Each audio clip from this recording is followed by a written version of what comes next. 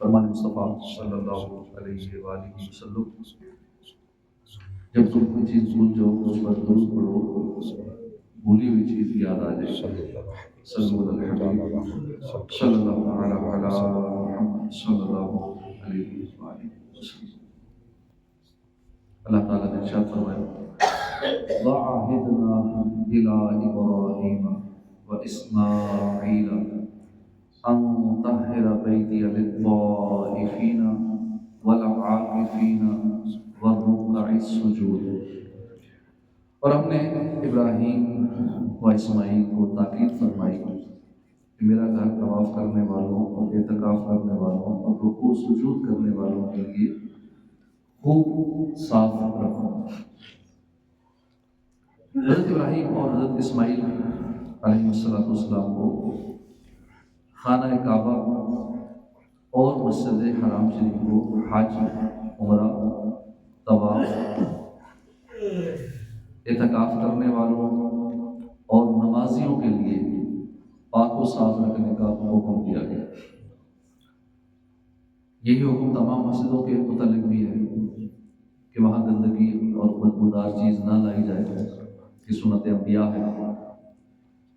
آیت کے الفاظ سے ظاہر ہوا کہ مسجد کے مقاصد میں سے اعتکاف کی عبادت بھی شامل ہے، اور یہ کہ اعتکاف گزشتہ امتوں میں بھی رائج تھا۔ خوش نصیب پورے مہینے کا اعتکاف کرتے ہیں، 20 دن کا بھی کرتے ہیں، آخری عشرے کا بھی۔ اچھی خاصی دنیا بھر میں تعداد ہے جو آخری عشرے کا اعتکاف کرتی ہے، اور جہاں مساجد میں اور عبادات ہوتی ہیں، 5 وقت کی نمازیں، جمعہ، ذکر و اذکار، قرآن پاک کی تلاوت، وہاں اعتکاف بھی اس میں شامل ہے۔ اور جتنے لوگوں کا حصہ ہوتا ہے مساجد کی تعمیرات میں، پلاٹ کی خریداری میں، ماہانہ اخراجات میں، کسی بھی حوالے سے کسی نے ایک اینٹ بھی لگائی ہوئی ہے تو وہ ان سارے ثوابات میں شامل ہو جاتا ہے۔ نیکیوں کا بہت بڑا بزنس ہے، کتنی نیکیاں روزانہ یہاں جو لوگ نماز پڑھ رہے ہیں، اللہ پاک کتنی نیکیاں ان کو عطا فرماتا ہوگا۔ آخری عشرے میں جو اعتکاف کریں گے وہ تو رہیں گے ہی مسجد، ان کے تو 24 گھنٹے نیکیوں کا میٹر چلتا رہے گا۔ ان کا بھی ثواب ان کو ملے گا جن کا اس بلڈنگ میں حصہ شامل ہے، جتنا بھی شامل ہے۔ تو نیکیوں کے کاروبار میں ہمیں اپنا حصہ ملاتے رہنا چاہیے۔ اعتکاف کا لغوی اور شرعی معنی ہے کسی چیز کی جانب اپنی توجہ مبذول کرنا اور بطور تعظیم اسی کو لازم پکڑ لینا، یہ اعتکاف ہے۔ شرعی نقطۂ نظر سے مسجد میں اللہ کی عبادت کی نیت سے ٹھہرنا یہ اعتکاف ہے۔ ماہ رمضان کے آخری عشرے کا اعتکاف سنت مؤکدہ علی الکفایہ ہے، یعنی اگر محلے میں سے، علاقے میں سے کسی ایک نے بھی اعتکاف کر دیا تو سارے مریض ذمہ ہو جائیں گے، اور اگر کسی ایک نے بھی اعتکاف نہ کیا تو سارے گنہگار ہوں گے۔ اعتکاف کا ایک حکم قرآن مجید میں یوں بیان ہوا، وَلَا تُبَاشِرُوهُنَّ وَأَنْتُمْ عَاكِفُونَ فِي الْمَسَاجِدِ، اور عورتوں سے ہم مستری نہ کرو جبکہ تم مسجدوں میں اعتکاف سے ہو۔ اعتکاف سنت نبوی ہے۔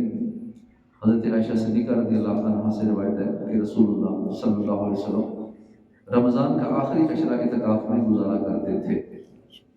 فرمایا کہ جب آخری عشرہ آتا تو رسول خدا صلی اللہ علیہ وسلم خوب تیاری فرماتے ہیں، تمام رات خود بھی بیدار رہ کر عبادت الہی میں مشغول رہتے، اپنے گھر والوں کو بھی بیدار رکھتے۔ مزید فرمایا کہ نبی اکرم صلی اللہ علیہ وسلم رمضان کے آخری 10 دنوں میں عبادت الہی میں جو محنت فرماتے، اس کے علاوہ میں اتنی محنت نہیں فرماتے تھے۔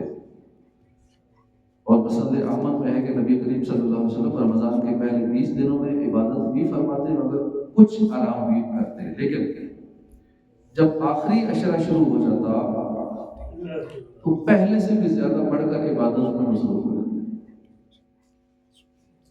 ہمیں بھی چاہیے کہ آخری عشرہ شروع ہو رہا ہے عبادت زیادہ کر رہے ہیں. پہلے اگر 20 دنوں میں سستی ہو گئی تھی، اب سستی اڑا دیں کہ آخری عشرہ جیسے 2 عشرے گزر گئے، یہ بھی گزر جائے گا.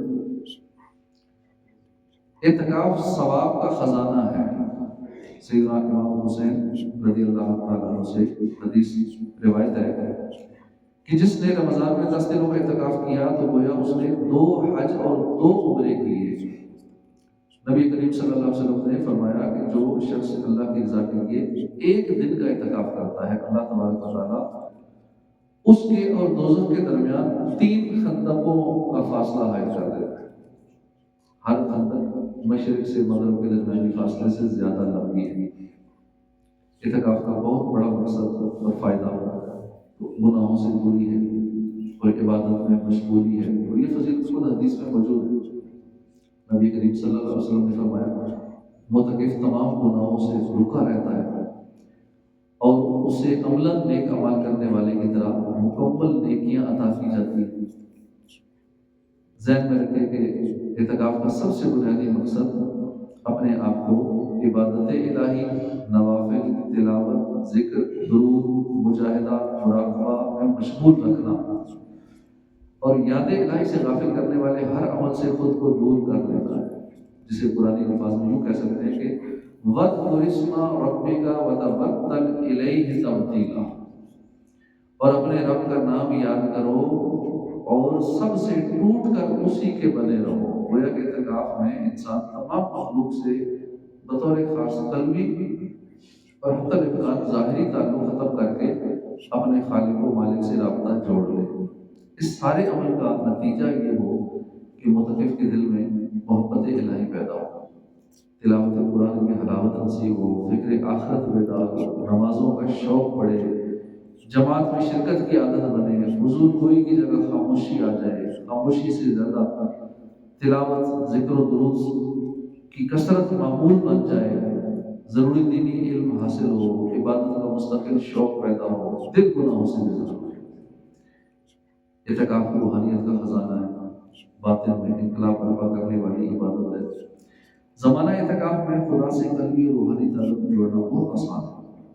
دوران اعتکاف تہجد، اشراق الجاج، قوامین، صلاۃ التوبہ، نوافل وضو، تحیۃ المسجد، تراویح، مراقبہ، تلاوت، تسبیحات اور مسنون دیگر اوراد و وظائف میں مشغول رہنے، نیز صبح و شام کی مسنون دعائیں مانگنے کی سعادت قلب و روح کی صفائی میں نہایت مؤثر ہے.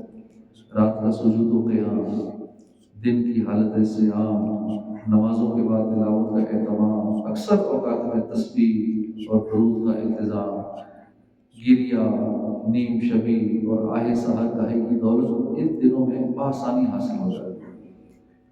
اعتکاف حقیقت میں خلوت یعنی گوشہ نشینی کی ایک صورت ہے. اسی خلوت کے لیے بزرگان دین نے اپنی زندگی کا ایک بڑا حصہ جنگلوں میں، پہاڑوں میں، ویرانوں میں گزارا.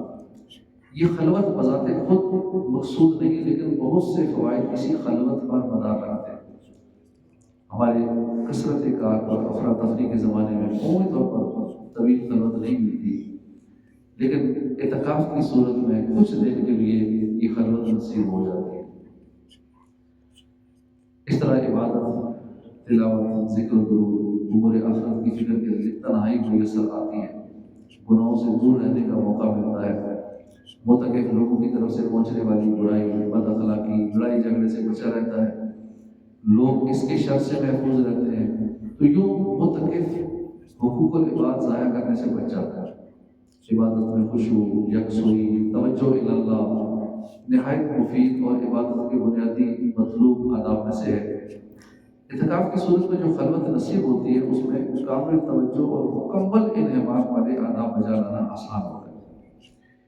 اعتکاف میں آپ زندگی کی ضرورتوں سے زیادہ عبادت کا وقت ملتا ہے اور یہ مسلسل محنت عبادت پر استقامت کا ذریعہ بنتی ہے. سب صالحین، بزرگان دین، اولیاء کرام دل و زبان سے یاد الہی میں مشغول رہنے کے باوجود ترقی، معرفت، لذت عبادت، ذوق تلاوت، حلاوت طاعت کے لیے ماہ رمضان میں اعتکاف کرتے ہیں. چنانچہ فقہ مالکیہ کے پیشوا سیدنا امام مالک کا مستقل معمول تھا کہ جیسے ہی رمضان کا مہینہ شروع شروع ہوتا، وہ اپنی تدریسی مصروفیات ختم کر کے تمام وقت تلاوت قرآن میں مشغول رہتے ہیں۔